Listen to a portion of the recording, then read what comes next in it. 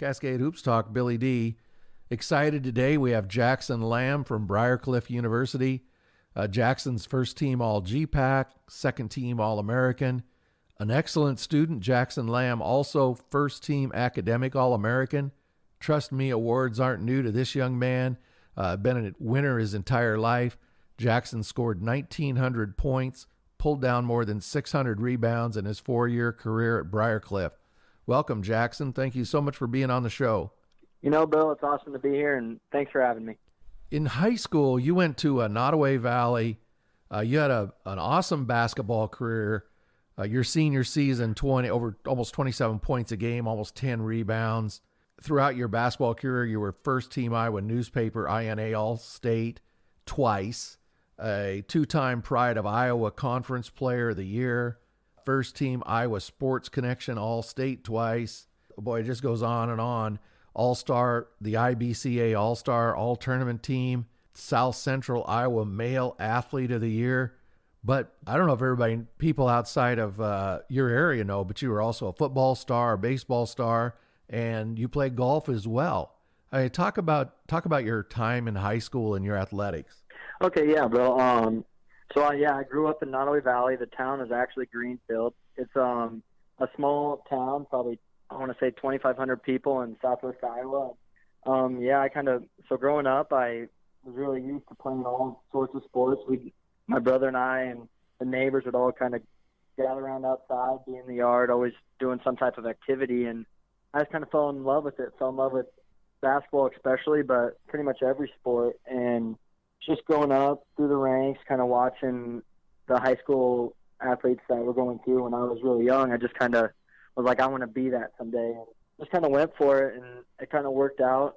I would say I was extremely blessed with some awesome coaches and some awesome role models to kind of follow after. Your younger brother, when you were a senior, he was a freshman. Did you ever get a chance to play with him? I did, actually. So he's 3 years younger than me, but so when I was a senior, he was a freshman. So that was the first time I ever got to really play with him. And really, my senior year of football, I actually got hurt. I had a finger injury, so I didn't really get to play with him that much there. He actually became the starting quarterback when I was hurt. But in basketball, I did get to play with him a little bit. He came off the bench, small little freshman, but actually a kind of a funny story, cool story.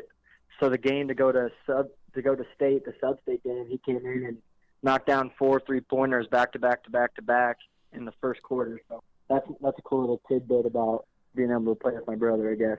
That's a special moment to be able to play high school sports with your brother, even if it's just for a short time.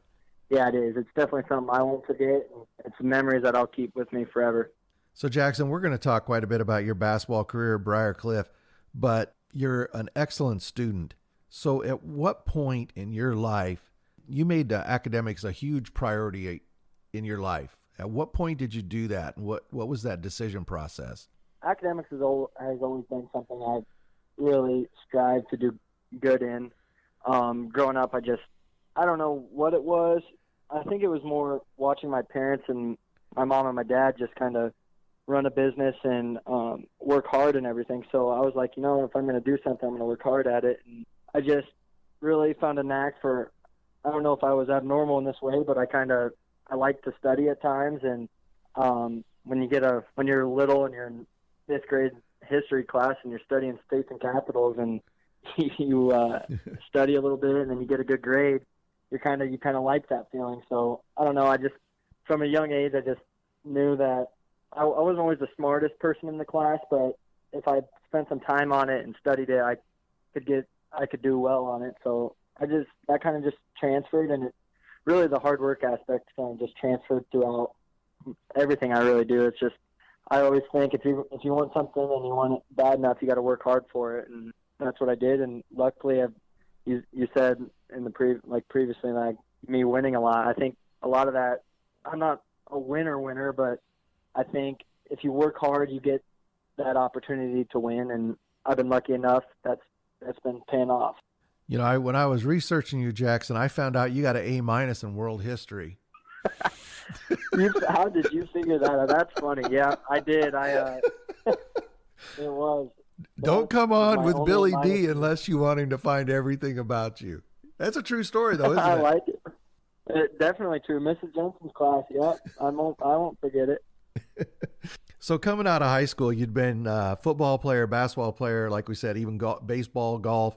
What made you choose basketball for college? Honestly, just the love for the game. I guess I wasn't really a watcher. Like it took me to come to college and actually play to start watching NBA basketball. But just the team atmosphere, the amount of time you can just get into a gym and kind of get away. I think a lot of basketball players, especially those that want to play in college, when you get stressed out or you're not having the greatest day, if you just go in the gym and just kind of have that isolation, that's kind of like your peace. And I found that when I was young. And I don't know, basketball's always been my favorite and always will be my favorite. And I was like, that's my dream to be a college basketball player, and I just went for it. So it wasn't really that I hated the other sports. It was just basketball was a favorite and just felt right. I had never thought of that till you said that, but just shooting baskets is super relaxing, isn't it? Oh, dude, but you see, you're obviously know a lot about the game and love the game, and you know how it feels when you're getting in that rhythm and you see that ball go through the net, and it's addicting, man. So you had an amazing run at Briar Cliff. Talk about how you decided to attend Briar Cliff. For the people that don't know much about Briar Cliff basketball and the program, Coach Figuera and Coach Nelson and Coach Barry and Coach Nackey all put together, it's pretty special. And before I was getting recruited, I really didn't know much about it either. But what I did know is it was a program that won a lot of games, loved to play up-tempo, kind of guard-oriented, loved to shoot a lot of threes, which was pretty much me to a T. And I just came on a visit.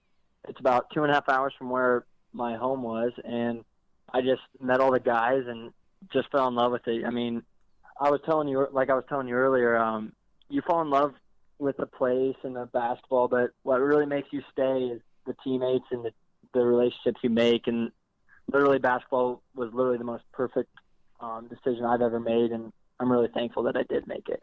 Well, there's a lot of people that are thankful that you went to Briar Cliff as well. You had a great career there. So I want to talk about your freshman season first, because you played quite a bit. You had a pretty good team. You fell to Northwestern in the conference championship. You advanced to the tournament. I think that was the last one held in Branson, yep. I believe. Okay. Branson. You fell to Bellevue. They had a pretty good team. So your freshman year, having the opportunity to play at a high level and play quite a bit, what did you learn about NAI basketball your freshman year? Oh, yeah, definitely. I think like anybody who does, so before college, I didn't really know much about small college basketball, which is actually a shame, because what I found out is just it's amazing. It's an amazing talent. And basically I was from a small 1A school in Iowa, didn't really play against a ton of high level competition, and I step on the court my freshman year, and it's like, wow, this is some high level ball. You got some great players around, and luckily my freshman year, Briar Cliff actually had a really, really good team. They were coming off a 32-3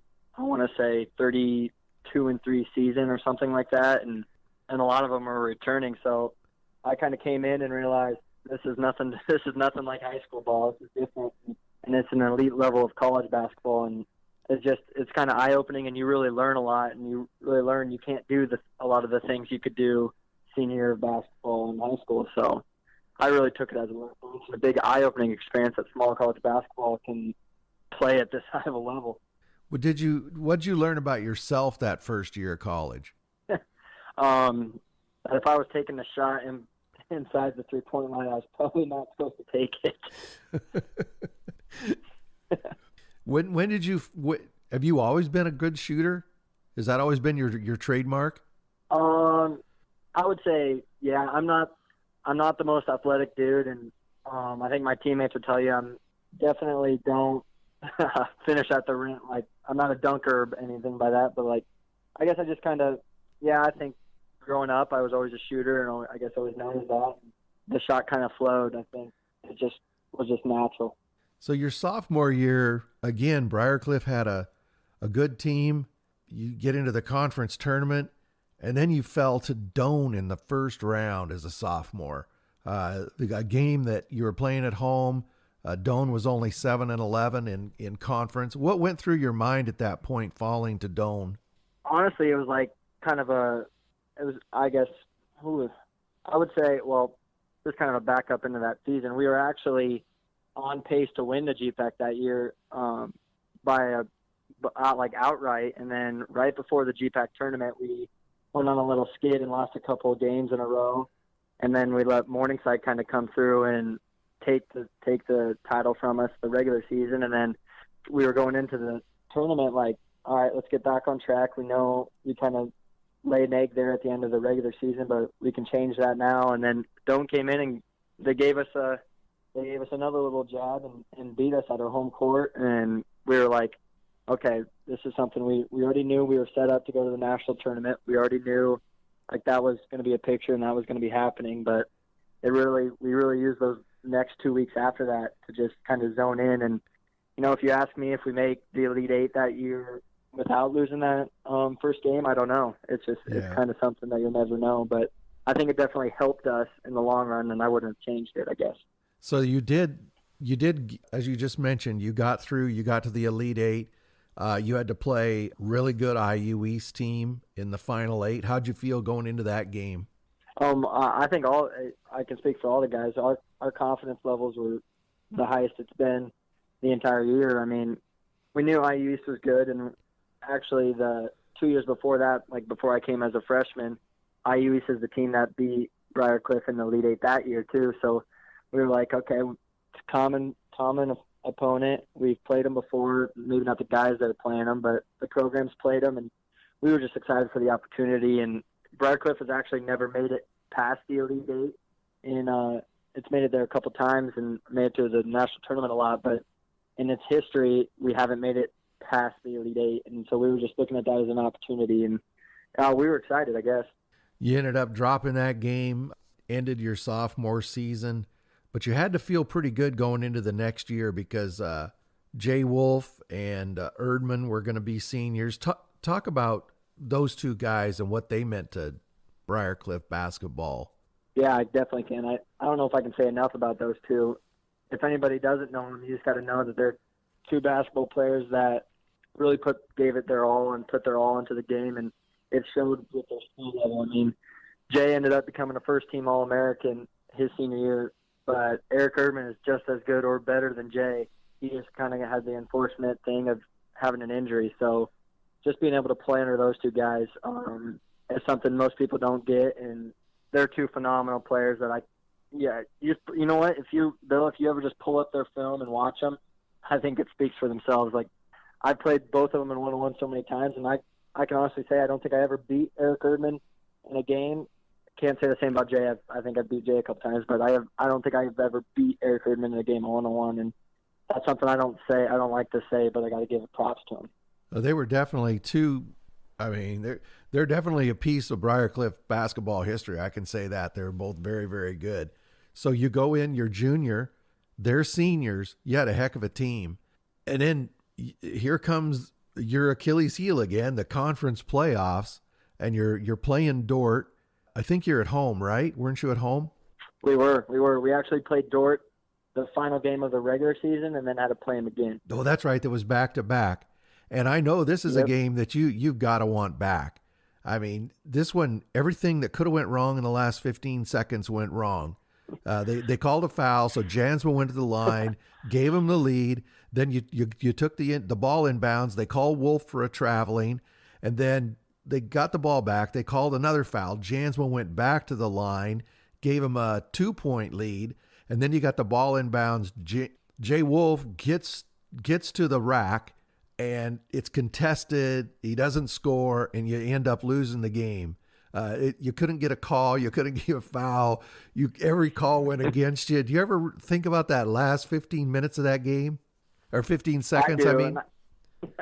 I do, and it's like any game that has a lot of meaning to it. You definitely kind of replay things in your head. But honestly, Bill, you know how it is. Like, that's a game of basketball. Sometimes the ball bounces your way. Sometimes the whistle gets called your way. But I think about it, but I mean, I could tell you a lot of times where the ball did bounce our way, and Yeah. the whistle did get called in our direction. So that was just one game it didn't really, and by that time we were actually fortunate enough again to already know that we were going to make the national tournament. So yeah, it's definitely something I replay, but it's basketball. You got to love it.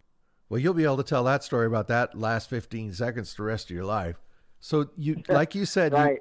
despite that loss, you were headed out to Sioux Falls, and the Chargers were going to make some noise.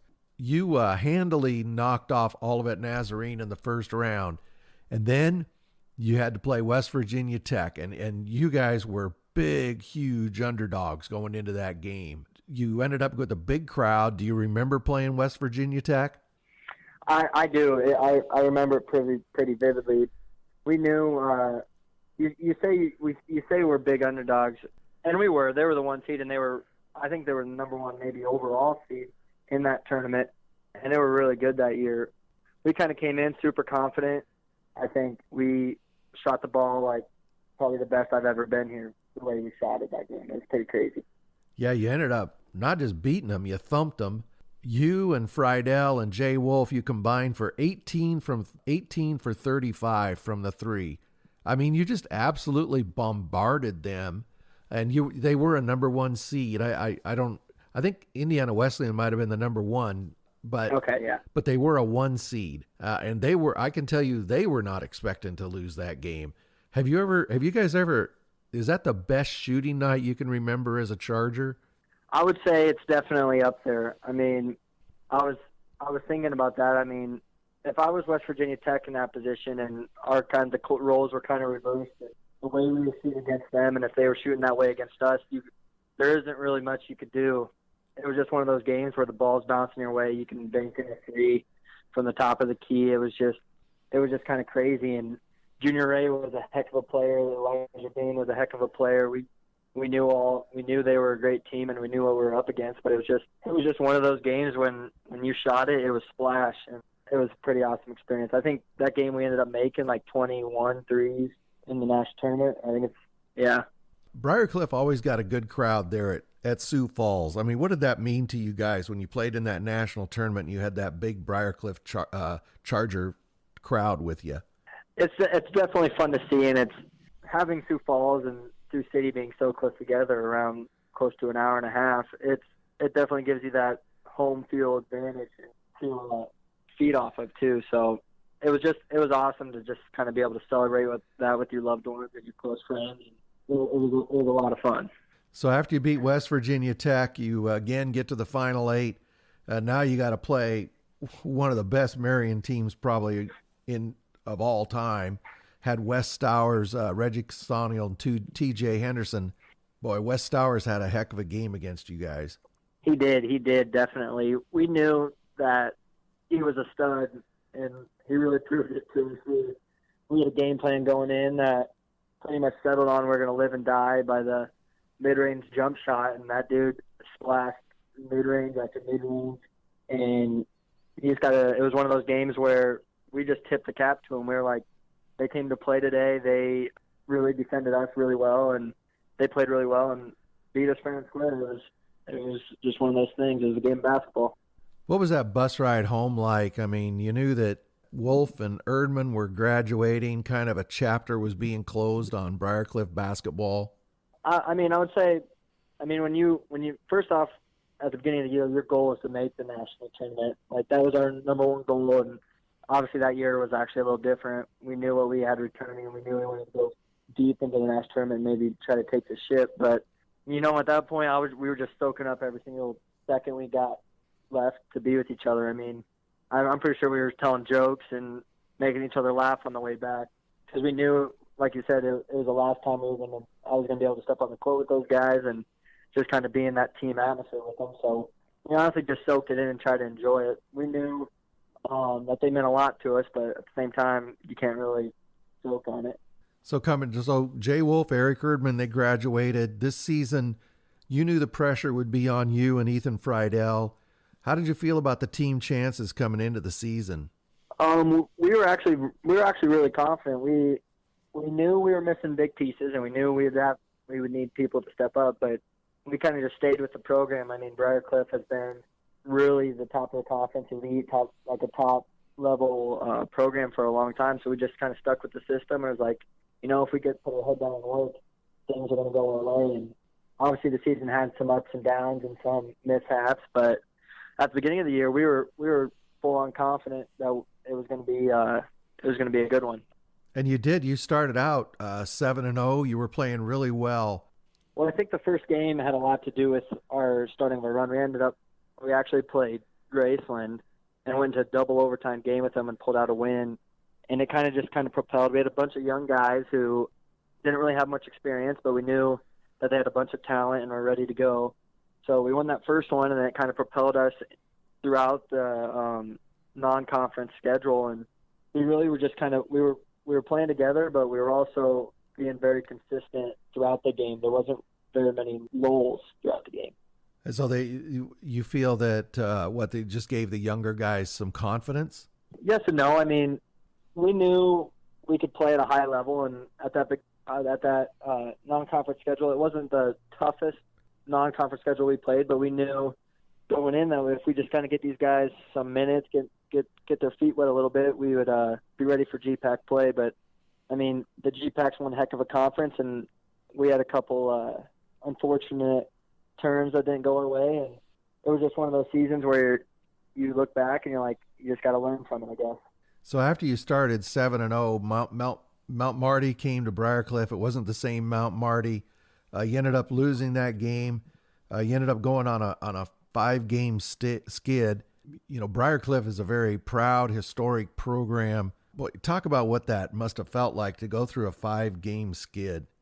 Yeah, well, it doesn't feel the greatest. I mean, I think I could speak for all of my teammates, and we wanted the most we wanted was just to get out of it. But I mean, I think throughout the third or fourth game we lost in a row, Ethan Pardell got hurt and hurt his ankle, and we had to kind of find our new identity and figure some more things out. But honestly, we were so close the entire time we were in that, even though I don't think previously in my Briarcliff career we even lost 2 or 3 games back to back to back throughout my time. So we were so close, and we knew that there were literally just maybe a 5-minute stretch or a 6-minute stretch in the second half where we just struggled to score or struggled to defend, and teams would just kind of spread their lead or get closer and then find ways to win games. And we were just so close and just couldn't quite figure it out for a while there. Actually, the first half of the conference schedule, we really struggled until we kind of started figuring out ways to get through those lulls. Jackson, where's the toughest place in the GPAC to play? Toughest place for me would definitely be Northwestern, but there's some tough ones. Morningside's tough. D-Dub. Actually, I would take that back. D-Dub is probably the toughest place to play easy. Yeah, definitely. Where's that? Dakota West. Sorry, I say D-Dub. Dakota Wesleyan. The Corn Palace. The Corn Palace, definitely. It is, definitely. Yeah, that Bleed Blue crowd, they get a little intense. It's either the Bleed Blue crowd or it's Ty Hoagland just smacking threes in your face. This is kind of going off, but the relationship that Ty Hoagland had with that crowd there and the relationship that they had back with him was really kind of something special, I thought. Dude, it is special, and you could see it playing against him, but honestly, I just think Ty's a special dude. He just comes at the game with a special way of looking at it, and even competing against him, he might drop 40 on you, but you're still like, at least you drop 40 on me in a good way. Yeah. So I can see where that would be a tough place to play. Another place that I hear a lot about, and I've talked about it on this show, is a lot of people say Dort is really hard to play at. Yeah, Dort has a good crowd a lot of the times. I've actually played really well, I think, every time I played it. I don't know what it is, but whenever Dort was on the schedule, I was fortunate enough to come ready. So you talked about it. You had an up and down season. Had to be real frustrating. You'd get on a little roll and then you'd slip back and you'd lose a few. But boy, at the end of January, start of February, you put together a 3-game run that was one of the best 3-game runs in the country. It started out, you went over to Yankton and you paid Mount Marty back. How good did that feel after they kind of started your losing streak at the start of the year? How did it feel to go over there and get one back from them? Well, it actually felt great. That was a time in the season where, like I said, we were starting to figure things out, couldn't quite put everything together, and that was the first game where we just found a way to get a W just on a quality opponent. I think when we played them, Mount Marty was 17th in the nation or 18th, something like that. So we knew we had it in us throughout the struggles, and we kind of figured it out, and it felt good, and it got us ready for the next game, which was one of the biggest games of I would say my career. Yeah, the number one team in the country, right across town. They get in the bus and they come over Morningside. Jackson, not only did you beat them at their own game. I think what shocked everybody, including myself, was not only that you won, but you out-rebounded them. And this was their trademark, that they were going to pound you on the boards. What was your game plan? How did you beat them? And then how the heck did you out-rebound them?